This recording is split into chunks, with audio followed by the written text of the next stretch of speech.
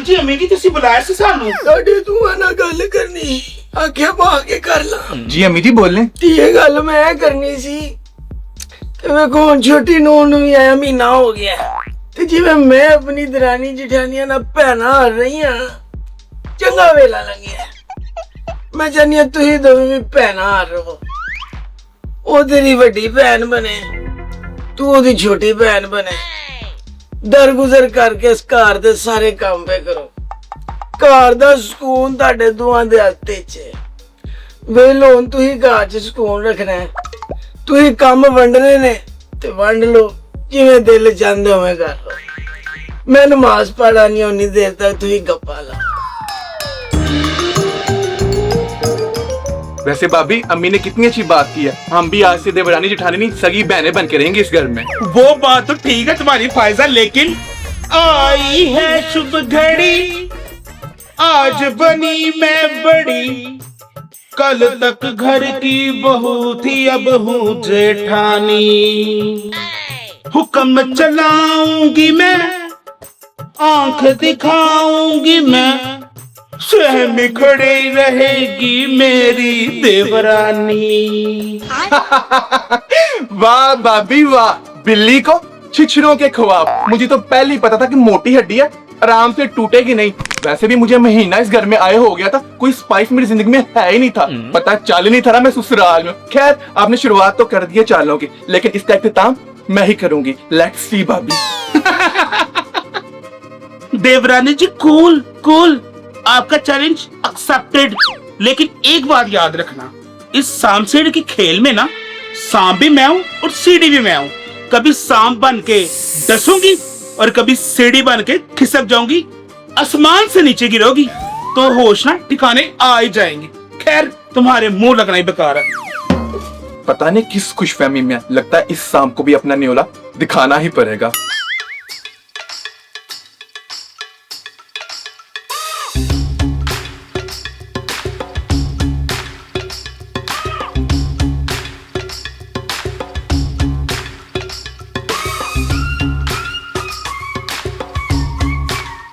वैसे भाभी आपस की बात है, जितना आप मजेदार किस्म का खाना बनाती है ना, उससे ज्यादा मजेदार आप बनाते हुए लगती हैं। देवरानी जी सदके जावां ਤੁਹਾਡੇ ਤੋਂ। ਤੁਹਾਨੂੰ ਕੀ ਲੱਗਾ ਸੀ ਕਿ ਤੁਸੀਂ ਆ ਕੇ ਮੈਨੂੰ ਦੋ ਤਿੰਨ ਡਾਇਲੋਗ ਮਾਰੋਗੇ ਮੈਂ ਡਰ ਜਾਵਾਂਗੀ? ਬਿਲਕੁਲ ਨਹੀਂ। ਜਠਾਨੀਆਂ ਤੇਰੀ ਜਠਾਨੀ ਇਹ ਜਿਹੜਾ ਤੇਰਾ ਉਤਾਵਰਾ ਪਾਣੀ ਨਾ ਬਹੁਤ ਜਲਦ ਲੱਥ ਜਾਏਗਾ। ਇਹ ਜਿਵੇਂ ਮੈਂ ਚੁੱਲ੍ਹੇ ਦੀ ਗਰਮੀ 'ਚ ਜ਼ਲੀਲ ਹੁੰਦੀ ਹੈ ਨਾ, ਤੂੰ 3 ਟਾਈਮ ਜ਼ਲੀਲ ਹੋਵੇਂਗੀ। ਆਈ ਸਮਝ? ਬਹੁਤੀ ਸ਼ੌਕੀ ਨਾ ਹੋ ਮੇਰੇ ਨਾਲ। ਕਿੰਨੀ ਵਾਰੀ ਸਮਝਾਇਆ मेरे को भुख नहीं बर्दाश्त होती, फिर भी मेरा ख्याल नहीं करती।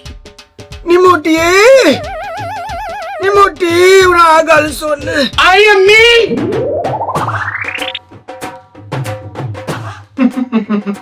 इसे क्या लगता है कि मेरे साथ चाले चलेगी? अगर मैंने भी इसे नाको चने नाना चबुआ है, मेरा नाम भी फायदा नहीं है। ये क्या पड़ा हुआ है? नमक? हाँ ये तो गिर गया। हाँ जी अम्मी जी। मैं तेनू किन्नी बारी समझाया है, मेरे को भुख नहीं बर्दाश्त होती। मेरी शुगर लो हो गई है भुख नाल। खुदा दा वास्ते मैनू रोटी लिया। अम्मी जी बस 3 मिनट, मैं ना बिरयानी दम ते लान लगी लेके आई। जा छेती लेके आ। हेलो अम्मी जी।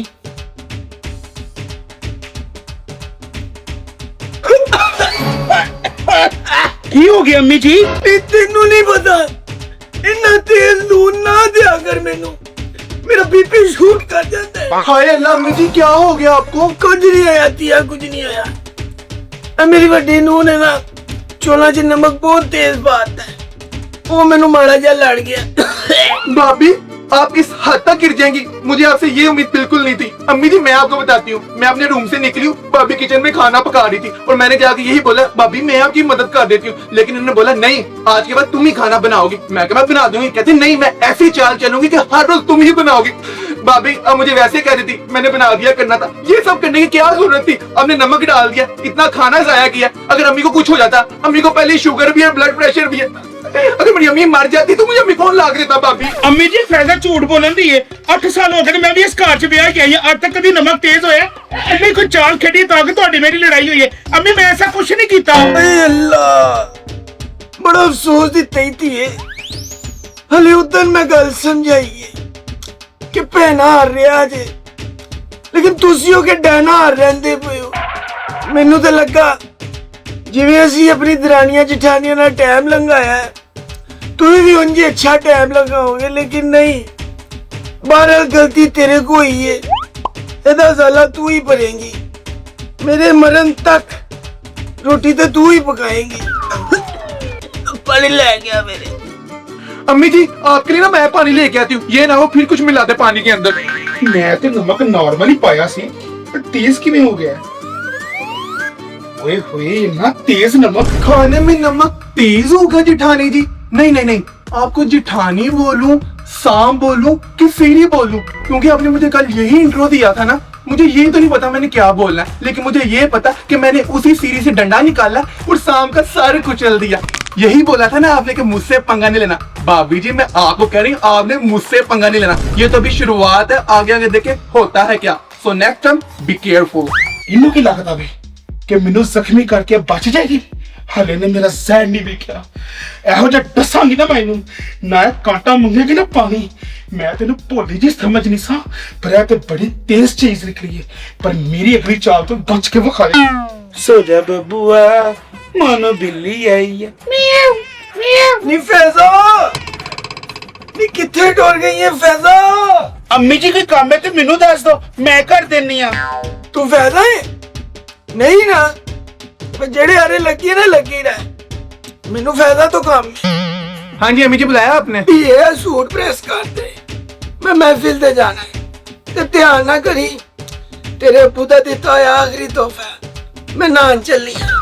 लोग हमसे जलते हैं इस बात से कि कितने खूबसूरत लगते हैं मैं और अम्मी जी साथ में। ये तो मेरे फोन की आवाज है, मैं तो कपड़े इस्त्री कर रही हूँ। एक्सक्यूज मी जिठानी जी, इफ यू डोंट माइंड मेरा मोबाइल अंदर से करा देंगी आप? मैं तेरी नौकरानी नहीं, नाले मेरे मुंह ना लग, मेरे तेरे से बड़ा बाटी, जाकर अपने काम ना आप कर, आई समझ। वैसे भी ना यहाँ से लोगों की जलने की स्मेल आ रही है, मैं खुद ही जाकर पकड़ लेती हूँ। वाह, भागते चोर की लंगोटी से की कह के गई है, जलने की बू आ रही है, हुन सड़न दी बो ही ते आने वाली है।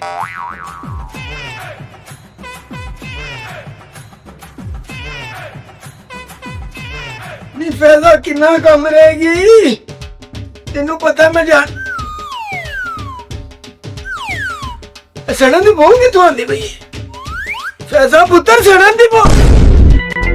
ए अल्लाह जी, हाय अल्लाह मेरा सूट साड़ दो, हाय मेरा सूट साड़ दो, नी मेरे बंदे दी आखिरी निशानी साड़ दी, नी बफैजो तेरा कख ना रहे, नी बफैजो औरा मर किथे रह गई है, औरा मर। अम्मी जी की होया जे, क्यों रो रहे हो? नी ओ बफैजो ने तेरे प्यो दी आखिरी निशानी साड़ दी, एक काम के ओए ओले को नहीं होया। अल्लाह अल्लाह अल्लाह, अम्मी ये तू ही सूट ना जो अब्बू ने ਤੁਹਾਨੂੰ बर्थडे ਤੇ ਦਿੱਤਾ ਸੀ, अब्बू ਦੀ ਆਖਰੀ ਨਿਸ਼ਾਨੀ ਸੀ ਤੁਹਾਡੇ ਕੋਲ।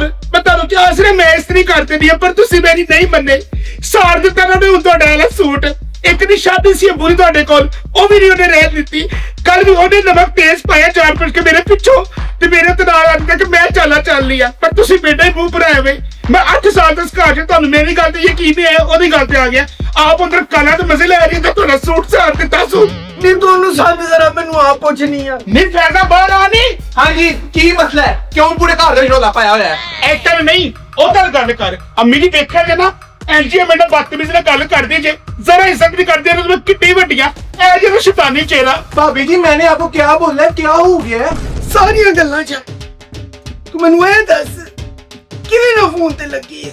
अम्मी जी वो मामा का फोन आ गया था, वो सुनने गई थी मैं। ਇਹੀ ਤੇ ਗੱਲ ਹੈ ਸਾਰੀ। ਜਿਹੜੀਆਂ ਧੀਆਂ ਪਿਛਲੇ ਘਰਾਂ 'ਚ ਰਾਬਤੇ ਰੱਖਦੀਆਂ ਨੇ ਨਾ, ਉਹਨਾਂ ਦਾ ਅਗਲਾ ਘਰ ਨਹੀਂ ਜੇ ਵਸਦਾ। ਤੂੰ ਉਸ ਮਾਂ ਦੇ ਫੋਨ ਦੇ ਚੱਕਰ 'ਚ ਇਸ ਮਾਂ ਦਾ ਕਲੇਜਾ ਸਾੜਤੇ ਹੀ ਨਾ, ਤੈਨੂੰ ਦੱਸਿਆ ਸੀ ਕਿ ਤੇਰੇ ਪਿਓ ਦੀ ਆਖਰੀ ਨਿਸ਼ਾਨੀ ਹੈ ਮੇਰੇ ਕੋਲ। ਦਫਾ ਹੋਇਆ ਮੇਰੀਆਂ ਨਜ਼ਰਾਂ ਤੋਂ। ਅੰਮੀ ਜੀ ਹੌਸਲਾ ਰੱਖੋ, ਇੰਜ ਨਾ ਰੋਵੋ, ਮੈਂ ਤੁਹਾਡੇ ਸੇ ਪਾਣੀ ਲੈ ਕੇ ਆਨੀ ਆ।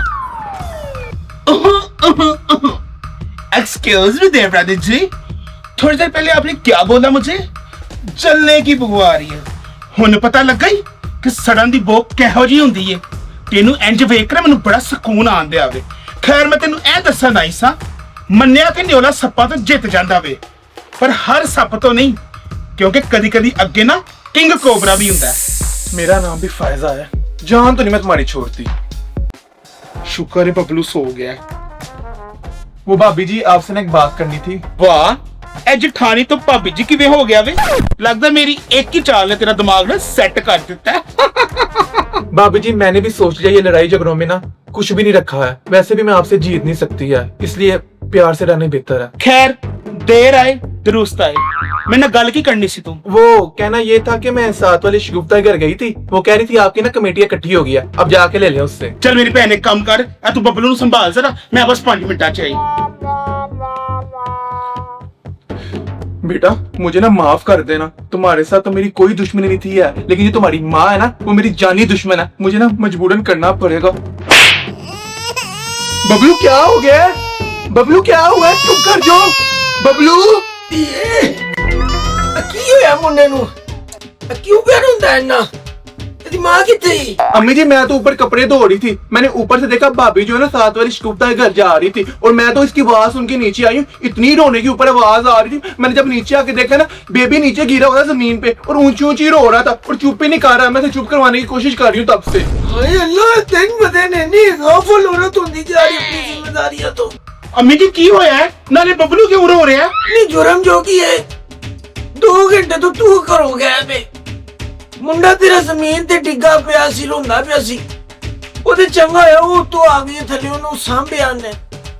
ਇੰਨੀ ਗਫਲਤ ਬੱਚਿਆਂ ਦੇ ਮਾਮਲੇ 'ਚ, ਇੰਨੀ ਗਫਲਤ। ਜਦੋਂ ਪਾਲਣਾ ਨਹੀਂ ਸੀ ਆਂਦਾ ਤੇ ਜੰਮਿਆ ਕਿਉਂ ਹੈ? ਜੰਮਣ ਦਾ ਹੀ ਪਤਾ ਸੀ ਬਸ। अम्मी जी मेरी गल सुनो, मैनू हले सिर्फ 5 मिनट होए ने, मैं फरजाना ते घर गई हां, मुंडा ते सुत्ता सी, मैं ते इहनू फड़ा के गई हां कि जरा मुंडा फड़, मैं अपनी कमेटी ले आवां ओदे घरों जाके। ਬਸ ਕਰਦੇ ਨਹੀਂ, ਬਸ ਕਰਦੇ। ਸਾਰੀ ਦਿਹਾੜੀ ਡਰਾਮੇ ਵੇਖ ਕੇ ਤੁਸੀਂ ਡਰਾਮੇ ਹੀ ਕਰਨੇ ਹੁੰਦੇ ਨੇ। ਮੇਰੇ ਅੱਗੇ ਸੱਚੀ ਸਾਬਤ ਨਾ ਹੋ। ਉਹ ਮੁੰਡਾ ਫੜ ਆਪਣਾ ਰੋਂਦਾ ਪਿਆ, ਮੂੰਹ ਪਰ ਨੇ ਡਿੱਗ ਗਈ, ਉਹਦਾ ਮੂੰਹ ਲਾ ਲਿਆ, ਫੜ ਉਹਨੂੰ। मेरी ना कान खोल के गल सुन लै, गल मेरे तक सी ना, मैं चुप रही हां। ए मेरी औलाद नू तू की कीता वे? इधर फड़ा मेरा मुंडा। जी ठाणे जी, everything is fair in love and war. अगर आपने जंग का इरादा कर ही लिया था तो अपनी सिपाही तो अपने साथ ले जाती। मेरी ना एक गल सुन लै, जे तू मैनू मोहरा बनाया ना तो मैं चुप करके सह लिया वे, पर ऐत की तू मोहरा मेरी औलाद नू बनाया, मेरी औलाद का गलत इस्तेमाल किया है, ऐ तेन बड़ा महंगा पैना ही।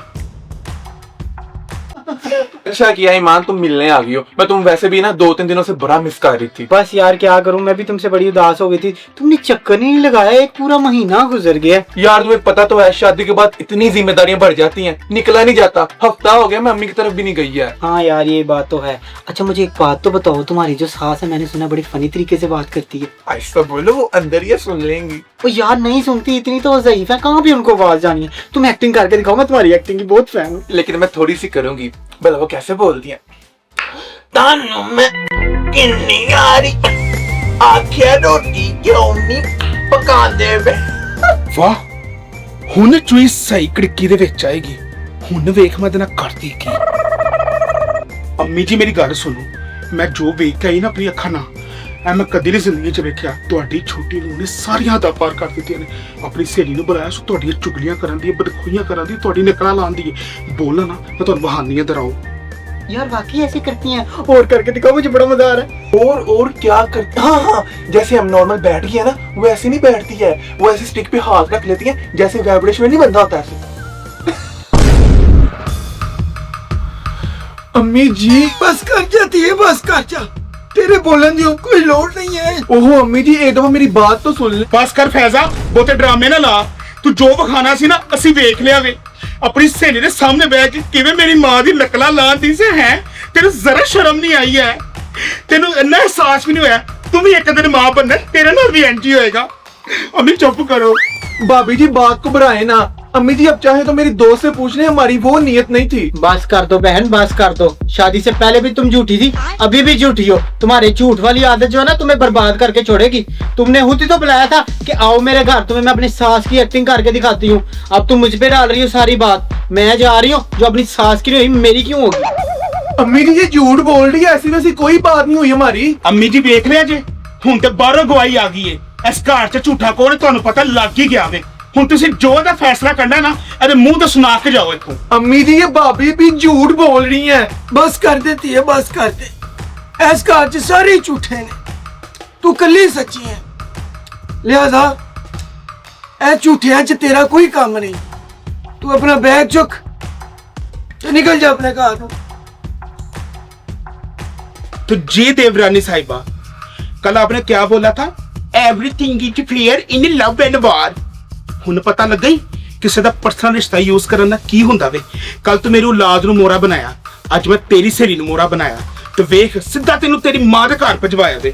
ਹੁਣ ਜਾ ਆਪਣਾ ਬੈਗ ਫੜ ਤੇ ਆਪਣੀ ਮਾਂ ਦੇ ਘਰ ਦਫਾ ਹੋਇਆ।